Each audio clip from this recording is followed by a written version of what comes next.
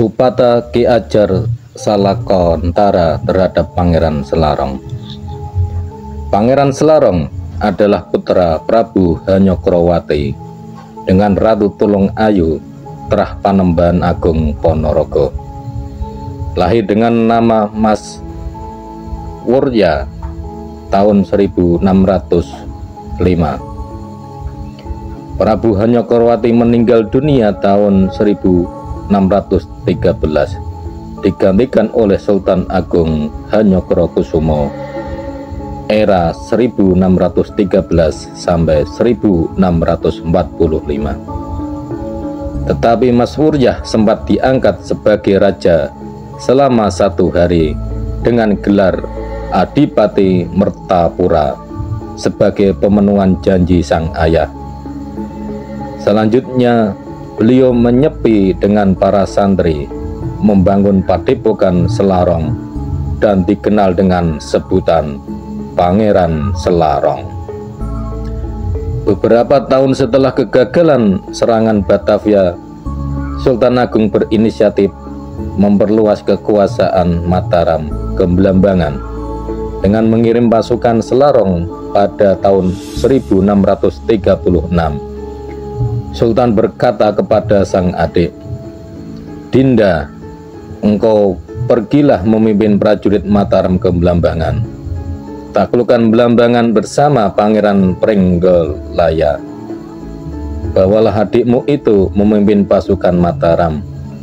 Kalau ada yang membangkang, bunuhlah, buatlah menjadi tontonan. Dan aku menyertakan seorang gandek, namanya Padu Reksa, anak dari Pangeran Pringgelaya.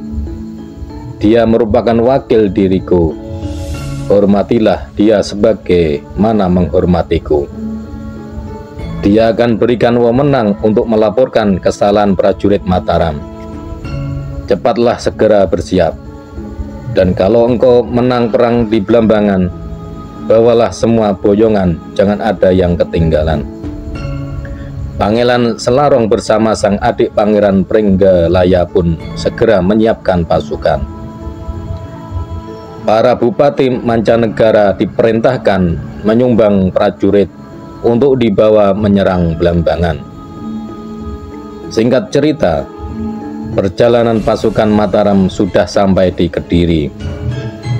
Di sana mereka menunggu pasukan mancanegara yang hendak bergabung dari Jagaraga, Kaduang, Kamagetan, Madiun, Ponorogo, Caruban, Kartasana, Kalangbret, Rawa, Sarengat, Balitar, Grobogan, Blora, Jipang, dan Sela. Juga ditunggu kedatangannya pasukan dari pesisir Lasem, Pati, Sidayu, Tuban, Lamongan, Gresik, Surabaya, dan Madura, serta pasukan dari Japan, Wirasobo, dan Malang yang sudah berjanji akan menyusul di Pasuruan. Sesampai di Pasuruan, pasukan dari mancanegara dan pesisir segera bergabung dan bergerak bersama menuju Belambangan.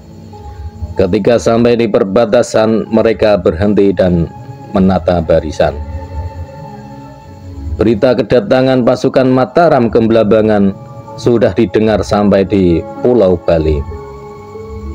Segera pasukan pilihan dari Bali sebanyak 500 dikirim untuk membantu Belambangan. 2 panglima Bali yang memimpin pasukan adalah Dewa Jalengkara dan Dewa Agung. Keduanya memimpin pasukan Bali dari Kesatuan Panji Baleleng dan Panji Macan Kuning. 2 kesatuan prajurit tangguh dari Bali. Bagi Bali, Belambangan adalah adik kandung sendiri dan benteng barat dari serangan musuh. Adipati Belambangan Menak Seruyu atau Pangeran Singosari bergelar Prabu Tawang Alun, mempunyai 2 berputra bernama Mas Sanepo atau Tawang Alun II dan Mas Lego atau Pangeran Wilabrata. Ibu kota Belambangan kala itu telah berpindah ke Lumajang, ke Kedawung, daerah Paleran Umbul Sari, Jember. Kedua putranya disuruh untuk berjaga di Pura.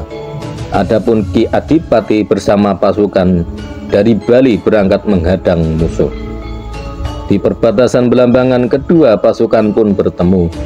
Pasukan Selarong mendapatkan prajurit Numbakanyar dari Bagelen sebagai pasukan dada.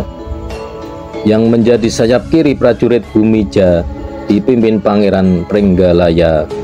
Sayap kanan ditempati pasukan dari mancanegara. Kedua pasukan segera terlibat pertempuran sengit. Pasukan Mataram menerjang dengan tembakan. Prajurit Bali banyak yang tewas, tetapi mereka terus menerjang laksana ombak dengan senjatanya lembing, tulup, dan pasir yang terlempar laksana hujan jatuh dari langit. Pasukan Mataram terus bersiaga menahan amuan orang Bali yang bagaikan banteng ketaton.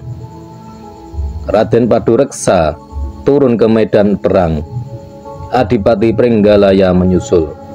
Pasukan Mataram gantian mengamuk.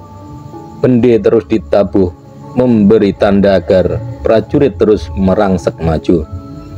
Korban tewas telah berjatuhan di kedua pasukan. Prajurit Mataram banyak yang tewas terkena tulup beracun. Prajurit Bali juga banyak yang tewas terkena tembakan. Prajurit Bali mengamuk seperti iblis. Prajurit Bagelen mengamuk seperti setan. Senjata yang dipakai sudah tidak karuan. Banyak tombak patah. Sisa patahan pun dipakai untuk menusuk lawan. Apa saja dipakai, senjata asal bisa melukai lawan. Menjelang sore pasukan Belambangan tampak terdesak, tetapi mereka beruntung diselamatkan datangnya malam. Dikisahkan dahulu, seorang putra Pangeran Pringgalaya bernama Raden Wangsakertika berperilaku kurang terpuji, sering melakukan tindak asusila, berbuat zina, dan membunuh orang. Para prajurit Mataram sangat takut kepadanya karena perbuatannya yang melanggar norma kesusilaan istana. Dia diasingkan ke Pasuruan hingga datangnya serangan Mataram ke Belambangan. Raden Wangsakertika yang mendengar berita itu menemui sang adik Raden Padureksa di malam hari. Raden Padureksa kaget melihat kedatangan sang kakak.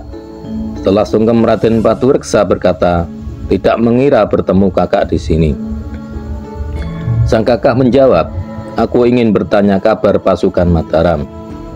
Sang adik menjawab, pasukan Mataram terdesak, banyak yang telah tewas. Wangsakertika berkata, kalau begitu Dinda, aku ingin ikut berperang. Syukur kalau bisa mati di medan perang. Aku malu melihat pasukan Mataram kalah. Lebih baik aku mati saja dalam perang. Aku akan mengamuk malam nanti di banteng mereka. Sedangkan kau sendiri aku beri jatah di siang hari. Sudah sepakat dua bersaudara itu, Raden Wangsakertika segera pamit untuk melaksanakan rencana mereka. Raden Wangsakertika berangkat ke benteng musuh. Tembok benteng dilompati dan mengamuk di dalam benteng.